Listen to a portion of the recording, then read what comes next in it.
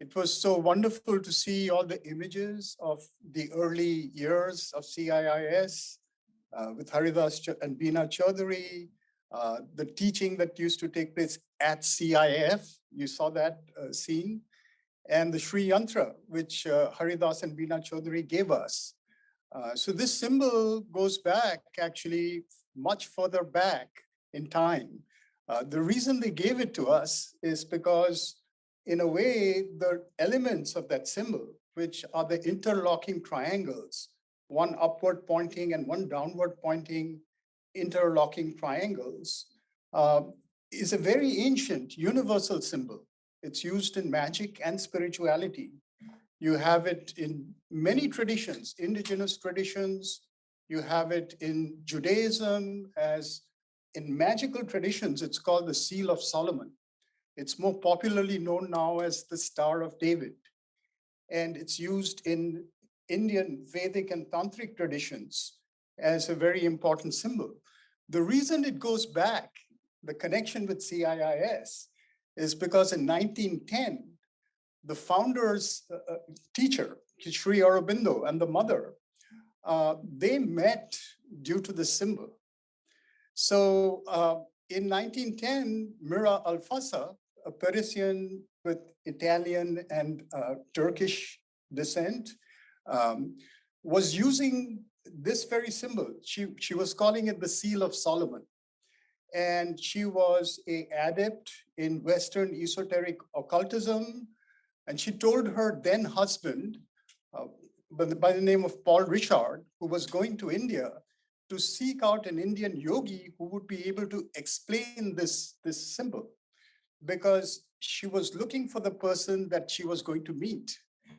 And very soon after he landed in 1910, Paul Richard met Sri Aurobindo, who was using this very same symbol on the cover of his anti-colonial journal called Dharma.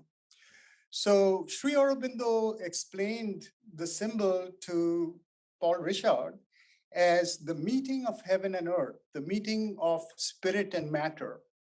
And later he referred to it in one of his books, his famous book, The Life Divine, in these terms.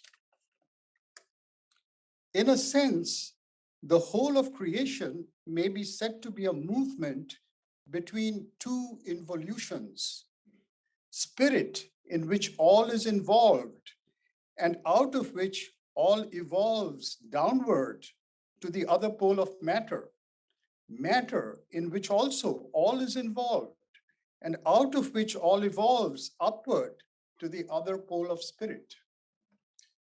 So this is the founding element of the Sri Yantra.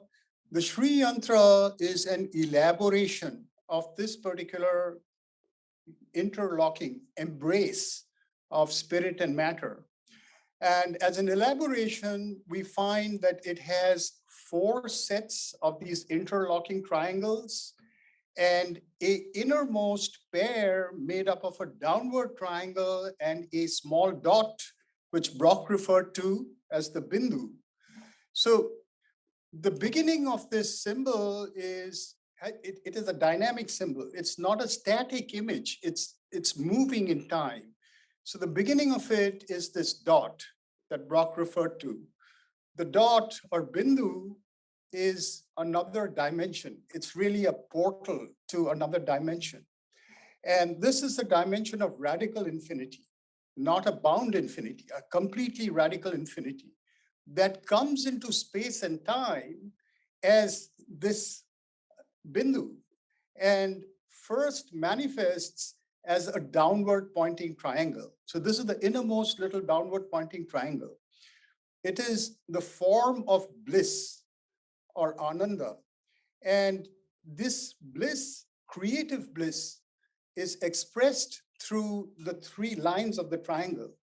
They are will, knowledge, and skill. Will, skill, and knowledge.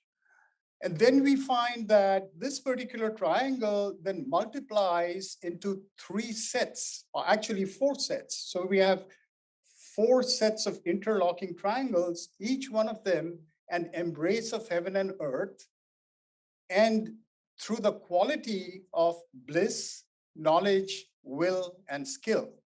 And you can see that these qualities are related to the various parts of our being.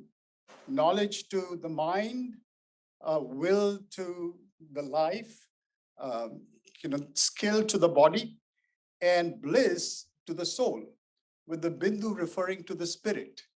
So this is really the integration. This is why it's an integral symbol, an integration of mind, life, body, soul, and spirit. And I feel that this kind of a symbol is meaningful for integral education. And that's why it's like a beacon that goes out, even before people understand it. It goes out and it's a call to all those who are looking for integral education, which is what we really need in our times of desperate fragmentation today. So thank you.